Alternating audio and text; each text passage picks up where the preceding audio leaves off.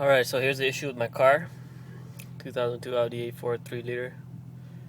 So I just came back from the gym. So I unlocked my door, I finally got in. Now it's locked.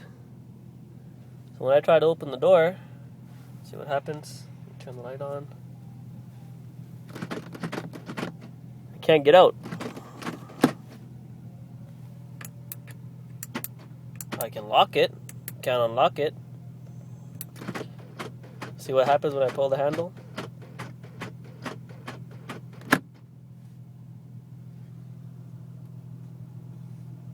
I think passenger. See, that can open.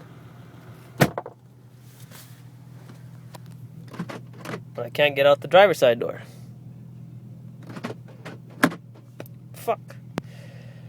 Actually pretty dangerous because if I get into an accident and I can't get out, I have to crawl out the other door.